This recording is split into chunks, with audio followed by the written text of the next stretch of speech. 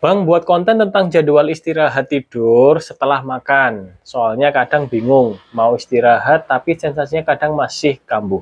Sedangkan tidur serasa kurang. Padahal berusaha jangan mageran biar dilawan sensasinya.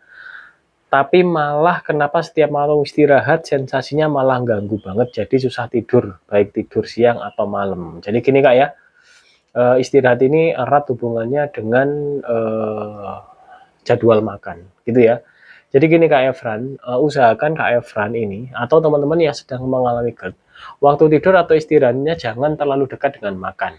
Ya, semisal kakak makan siang di jam 12 siang, kakak jangan tidur di jam 1 siang, jangan, kurang itu ya. Tidurnya di jam 2 atau setengah 3. Jadi kalau kakak mau tidur jam 1 siang, berarti otomatis kakak harus tidur harus makan jam berapa? Jam 11 atau setengah 11. Minim 2 jam lah ya baru oke. Lebih panjang lebih bagus gitu ya.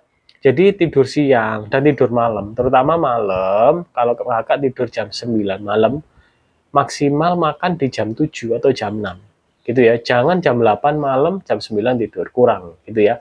Itu yang menyebabkan sensasi kita masih timbul ya, terutama pada saat puasa. Teman-teman yang GERD ya, kemudian puasa, itu memang sangat-sangat terbantu membuat GERD kita ini menjadi cepat pulih. Namun perlu diingat, saat buka puasa jangan terlalu kenyang. Kemudian saat setelah buka puasa jangan melulu makan terus gitu ya. Kemudian teman-teman nanti tidur jam 9 padahal jam 8 ini baru selesai makan. Kurang gitu ya. Kurang jedanya kurang gitu ya. Minim di 2 jam atau 3 jam lebih bagus lagi atau 4 jam malah bagus. Gitu Kak Efran ya, dicoba nanti di rumah.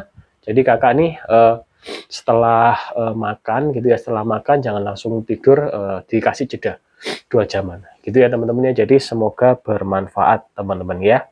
Jadi saya dulu juga seperti itu Kak Efran, sama. Saya dulu saat siang ya, saya jam 12 makan. Kemudian saya jam setengah 1 atau jam 1 udah tidur ya, atau setengah 2 udah tidur.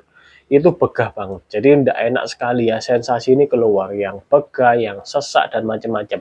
Setelah saya mencari sendiri ya, belajar pada referensi-referensi pengalaman teman-teman yang udah pulih GERD-nya, ternyata harus dijeda gitu ya. Begitupun juga malam. Sekarang saya berusaha kalau setelah maghrib ya, setelah di atas jam 6 itu tidak makan.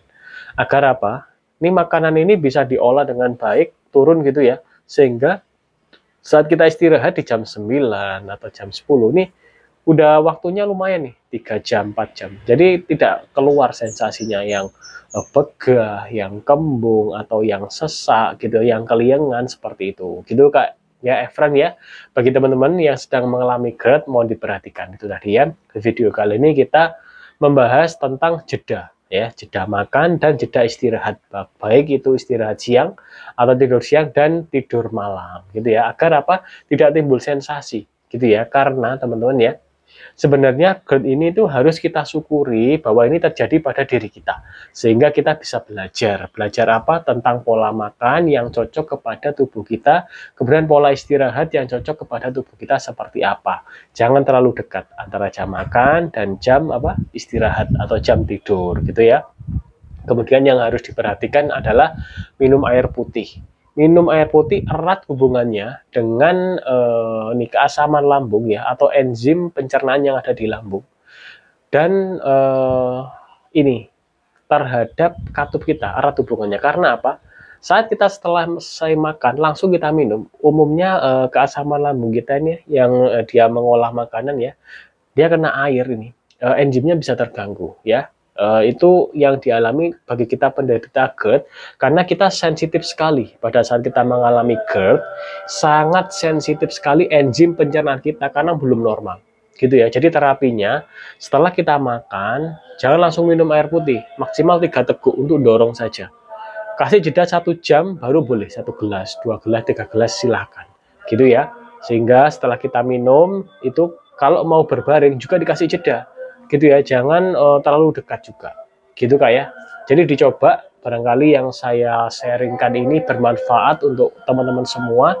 Jadi kita memperbaiki pola makan kita ya. Pola makan itu apa aja? Waktu makan, kemudian apa yang dimakan gitu ya teman-teman ya, ini penting sekali. Kemudian urutan makan juga penting, yaitu probiotik masuk, buah masuk, baru nasi masuk ya. Kemudian sebelum makan tadi kita udah minum air putih dulu gitu ya. Jadi setelah makan ini jangan buru-buru minum gitu ya, terapi untuk kita para pejuang GERD. Saya GERD udah pulih di 8 bulan, menerapkan pola makan yang lebih bagus ya dari sebelumnya, dengan konsumsi probiotik juga. Probiotik saya menggunakan juga apel, tape singkong, dan probiotik cair. Teman-teman terserah mau pilih yang mana untuk penggunaan probiotiknya. Kalau ada pertanyaan, apakah harus Kak konsumsi probiotik? Jawabannya harus, karena probiotik ini membantu pencernaan kita. Dan probiotik ini harus ada di dalam pencernaan kita. Terkadang kita kurang peduli terhadap tubuh kita, sehingga probiotik yang ada di dalam tubuh kita ini minim, bahkan mungkin tidak ada sama sekali. Itu yang menyebabkan pencernaan kita terganggu. Oke teman-teman, cek video-video saya barangkali bermanfaat teman-teman ya, dan teman-teman bisa komen apabila mungkin ada keluhan seputar GERD atau gastritis. Oke teman-teman, salam sehat dari kita, mohon maaf apabila ada salah kata. Wassalamualaikum warahmatullahi wabarakatuh, salam sejahtera bagi kita semua.